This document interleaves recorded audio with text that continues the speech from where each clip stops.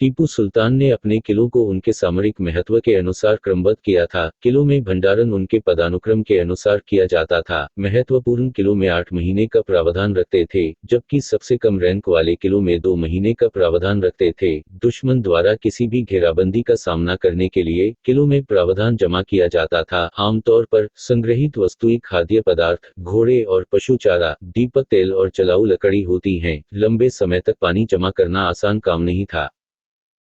यह ध्यान रखना दिलचस्प है कि टीपू की सेनाएं घेराबंदी का सामना करने में कैसे कामयाब रहीं, जो महीनों तक चल सकती थी। जल संरक्षण के लिए वे क्या उपाय करते थे? प्रत्येक किला एक स्वतंत्र शहर के रूप में कार्य करता था, जहां सब कुछ पर्याप्त रूप से उपलब्ध था। पानी का इस्तेमाल सेना और जानवर दोनों करते थे।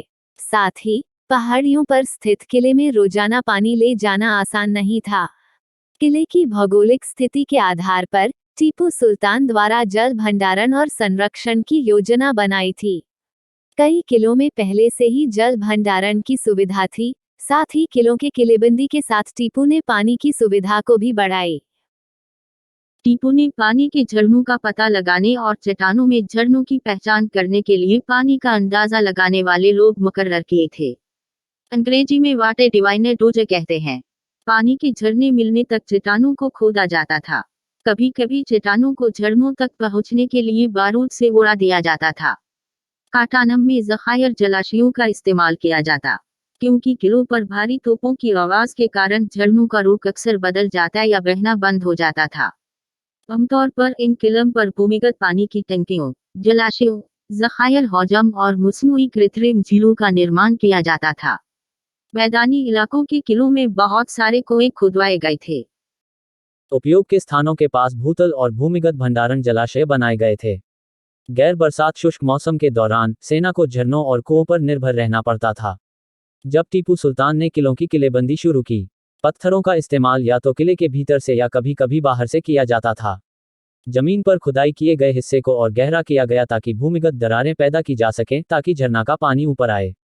कुछ स्थानों पर जल संचयन के लिए उचित संरचनात्मक आकार देने के लिए सज्जित पत्थरों का उपयोग किया जाता था। चट्टानों पर मौसम के गड्ढे प्रकृति द्वारा हजारों वर्षों में बनाए गए थे। ये मौसम के गड्ढे गोलाकार और कभी कभी आकार में अनियमित होते थे। टीपू ने ईंट की दीवारों को जोड़कर इन प्राकृतिक जलाशयों की क्षमता में वृद्धि की। कुछ मामलों में आगे खुदाई की गई थी। इस तरह के जलाशय सावना दुर्ग किलों में पाए जाते हैं।